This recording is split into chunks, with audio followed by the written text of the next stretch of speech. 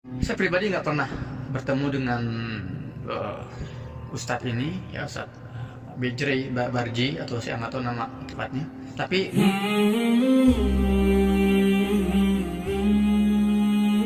Assalamualaikum warahmatullahi wabarakatuh. Alhamdulillahirrabbilalamin. Allahumma sholli ala Muhammad wa ala ali Muhammad.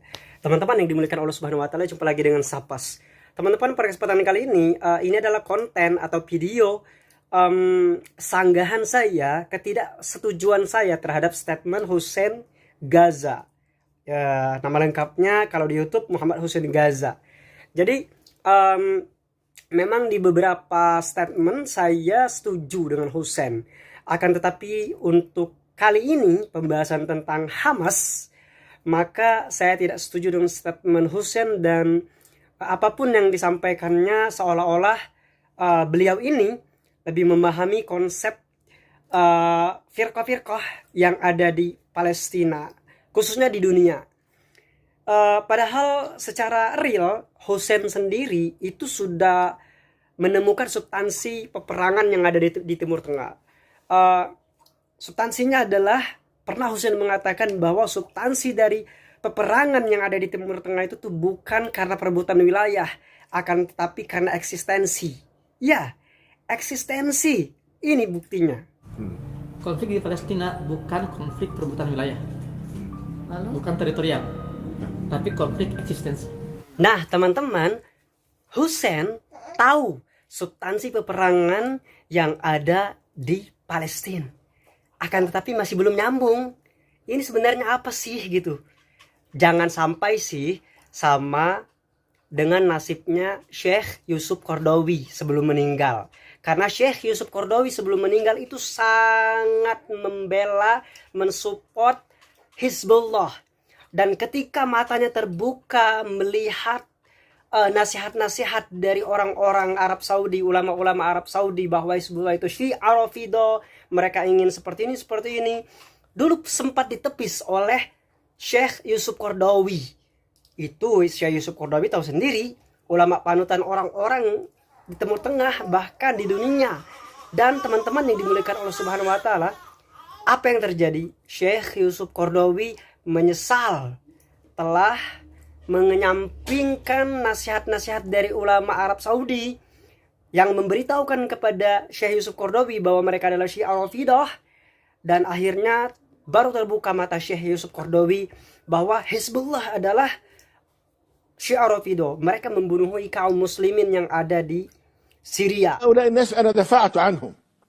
حزب الله هذا حينما كان يحارب إسرائيل وقفت أدافع عنه ضد المشايخ في المملكة عندكم في السعودية، كبار المشايخ الذين حذروا من هؤلاء وحذروا من فتنتهم وحذروا من تقيتهم وحذروا مما يبطنونه في أنفسهم. أنا وقفت أدافع عنهم، ويبدو أن هؤلاء المشايخ كانوا أكثر نضجا مني وأبصر بالأمور مني، وأنا أخذت الأمور على ظاهرها. أنا أريد أن أجمع المسلمين، أريد أن أقرب بين المسلمين. مسلمين بيحاربوا الصهاينة، كيف أقف مع الصهاينة؟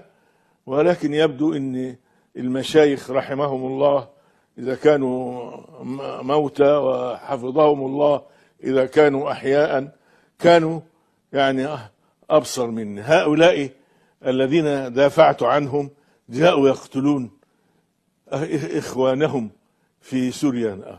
كنا نظن أنهم إخوانهم، ولكن قالوا لا. وأهم الرجال الذين يحاربون الشعب السوري هم من يسمون أنفسهم حزب الله، وهم حزب الطاغوت، حزب الشيطان. استحوذ عليهم الشيطان فأنساهم ذكر الله. Nah, ketika melihat fakta dan penyesalan seorang ulama yang sangat terkenal ini, saya berharap Hussein bisa bercermin diri bahwa ya, anggaplah Hussein tidak lebih pintar daripada Syekh Yusuf Qaradawi. Akan tetapi Syekh Yusuf Qaradawi memberikan statement seperti itu. Dan begitupun dengan pengikut-pengikut Hussein yang lainnya. Semoga terbuka mata hatinya dan mata pikirannya untuk menerima sesuatu yang sesungguhnya. Baiklah teman-teman yang dimuliakan Allah Subhanahu wa taala. Dan ternyata Iran itu sangat dekat dengan kaum Yahudi. Bahkan di arah sanalah nanti Dajjal akan keluar. Dajjal akan keluar dari Yahudiyah Asbahan dan 70.000 orang Yahudi akan menjadi pengikutnya. Dari Anas bin Malik, Rasulullah SAW bersabda, Dajjal akan keluar dari Yahudiyah Asbahan dan 70.000 orang Yahudi yang memakai mahkota akan jadi pengikutnya. Hadis riwayat Ahmad. Hadisnya Hasan, kata Syekh Shu'aib Al-Arnaud. Apa itu Khurasan dan Asbahan? Khurasan adalah suatu wilayah yang luas di sebelah timur Jazirah Arab. Saat ini yang termasuk wilayah Khurasan ada Nisapur Iran, Herat Afghanistan, Merv Turkmenistan, dan berbagai negeri di selatan Sungai Jihun atau Sungai Amudarya. Sedangkan Asbahan sering juga disebut dengan Asfahan, termasuk wilayah Iran, 340 km di selatan Teheran.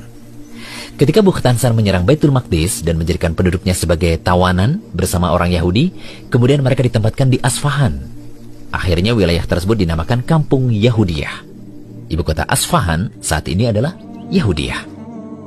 Dua hadis yang menyebutkan kota tempat keluarnya Dajjal yang kami sebutkan tadi nampaknya tidak sepakat. Yang satu mengatakan di Khurasan dan yang satunya mengatakan di Asbahan. Mana yang benar? Asfahan ataukah Khurasan? Jika Anda perhatikan peta negara Iran, Khurasan dan Asfahan ini berimpit di bagian timur laut wilayah Iran. Kita tidak tahu pasti awal kali Dajjal muncul di titik yang mana. Yang jelas di dua daerah pertama kali Dajjal muncul dan mendapatkan banyak pengikut. Iya benar, kandidat kuat daerah yang disinyalir menjadi tempat kemunculan Dajjal adalah negara Iran. Kebenaran sabda Nabi SAW ini juga dibuktikan dengan laporan Komite Yahudi Teheran, bersumber dari Foundation for the Advancement of Sephardic Studies and Culture, yang mengatakan bahwa jumlah penduduk Yahudi di Iran diperkirakan sekitar 25.000 sampai dengan 35.000 jiwa. Hal ini semakna dengan perkataan Ibnu Katsir dalam An-Nihayah fil Fitan wal Malahim, bahwa munculnya Dajjal ialah dari Asbahan, yakni daerah yang disebut dengan Yahudiyah. Dajjal akan muncul dari Asbahan dan akan menelusuri muka bumi. Tidak ada satu negeri pun, melainkan Dajjal akan mampir di tempat tersebut. Yang dikecualikan di sini adalah kota Mekah dan Madinah, karena malaikat akan menjaga dua kota tersebut. Dajjal tidak akan bisa memasuki keduanya hingga akhir zaman. Dalam hadis Fatimah bin Qais radhiyallahu anha disebutkan bahwa Dajjal nanti akan mengatakan, "Aku akan keluar dan menelusuri muka bumi. Tidaklah aku membiarkan suatu daerah, kecuali pasti aku singgahi dalam masa 40 malam selain Makkah dan Thayyibah atau Madinah Nabawiyah. Kedua kota tersebut diharamkan bagiku. Tatkala aku ingin memasuki salah satu dari dua kota itu, malaikat menemuiku dan menghadangku dengan pedang yang mengkilap. Dan di setiap jalan bukit ada malaikat yang menjaganya." Hadis riwayat Muslim. Teman-teman yang dimuliakan Allah Subhanahu wa taala, saya tidak mengecilkan perjuangan Muhammad Hussein Gaza di Palestina. Saya juga prihatin dengan keadaan orang-orang yang ada di Palestina. Bahkan saya mendoakan agar orang-orang yang meninggal di Palestina itu mendapatkan keberkahan dan kemuliaan di sisi Allah Subhanahu wa taala. Tapi sangat disayangkan sekali ketika kita membiarkan kemungkaran di atas kemungkaran. Jika kita tarik lagi kesimpulan dari apa yang menjadi perkataan Hussein mengomentari video Ustadz Bajri, ya, mungkin sebenarnya harus dijadikan sebuah bahan kajian ilmiah, yang di situ harus mendapatkan benar-benar bukti yang valid dari Ustadz Bajri dan mendapatkan bukti-bukti valid dari beberapa ulama yang ada di Timur Tengah. Akan tetapi Hussein langsung menanggapinya dengan penuh emosi. Dan sekali lagi teman-teman yang dimuliakan Allah Subhanahu wa taala, jika kalian melihat video ini bukan berarti saya benci kepada Palestina. Bahkan dengan membuat video ini saya sangat mencintai Palestina. Video ini saya buat atas dasar cinta kepada semua kaum muslimin yang ada di Palestina. Saya sangat bersedih ketika Palestina dijadikan ring untuk berlaganya orang-orang hizbi, orang-orang yang membawa panji-panjinya sendiri.